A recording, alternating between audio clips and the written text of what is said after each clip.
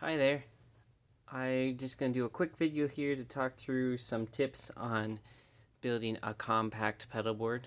As you can see, I've got a pretty good amount crammed into a small pedal board here. This is a Pedal Train Metro 20, which is just 8 inches by 20 inches. And I love this size because it's very portable.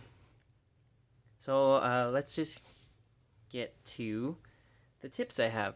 The very first thing is you gotta find low profile cables. I'm a big fan of these EBS flat cables. They save a ton of space. When I converted my pedal board to them, I was easily able to fit a whole nother pedal on because they're so low profile.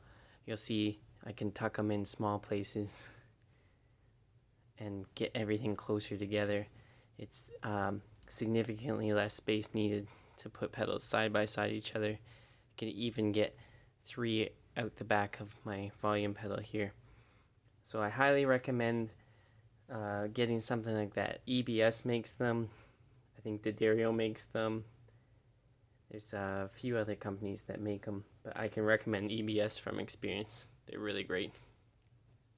The gold ones are thinner than the regular ones.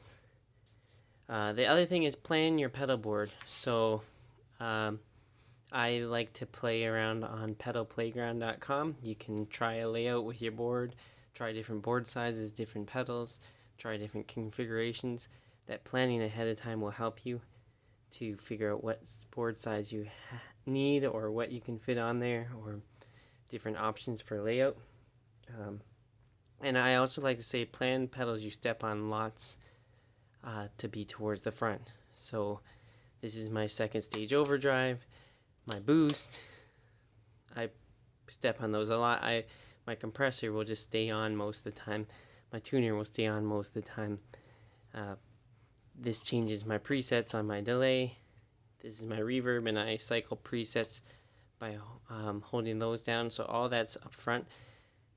So yeah, I would say plan pedals that you're going to use a lot up front. To go into that, the ones I still need to access that are behind things, I have these barefoot buttons on, and they make the pedals stand up higher than the pedals in front, and so it's easier to like tap in a tempo, or in this case turn on this pedal.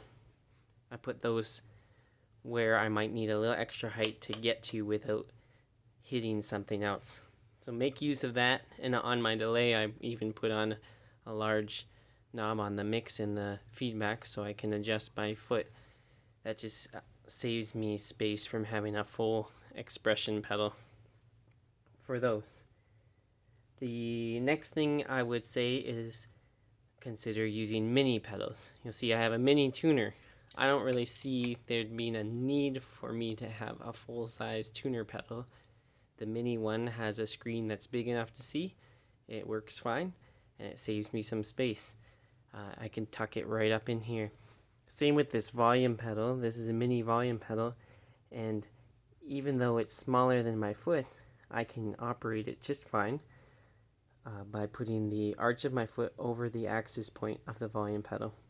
And on a mini pedal board like this, I just make sure it's off to the side so my foot's not going to hit anything mounted ahead of it, because there is nothing there.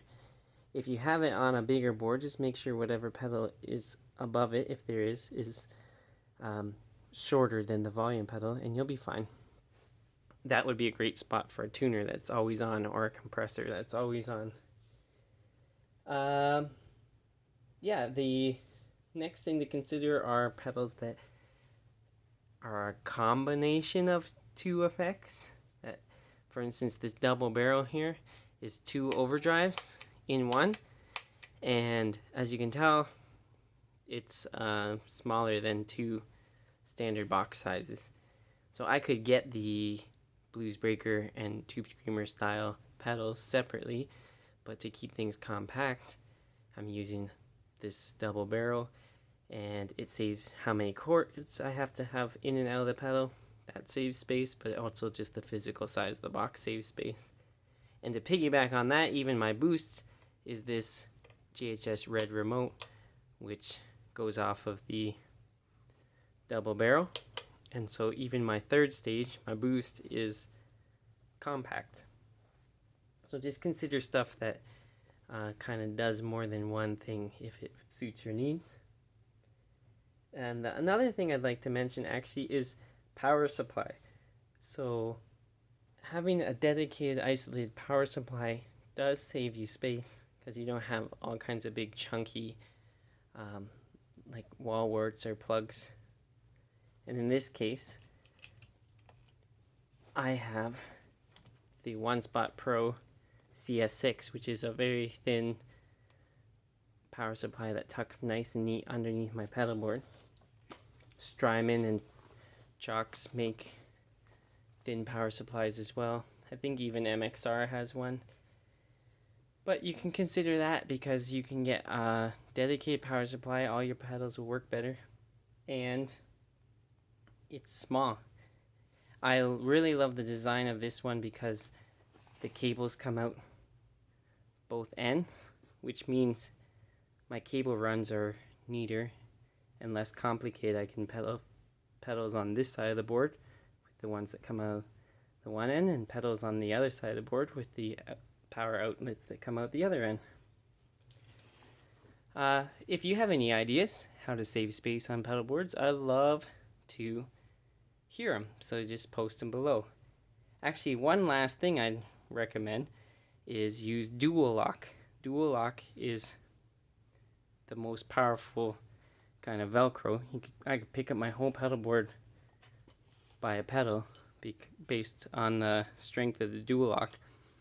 But what I love about dual lock is that it's also thicker than Velcro.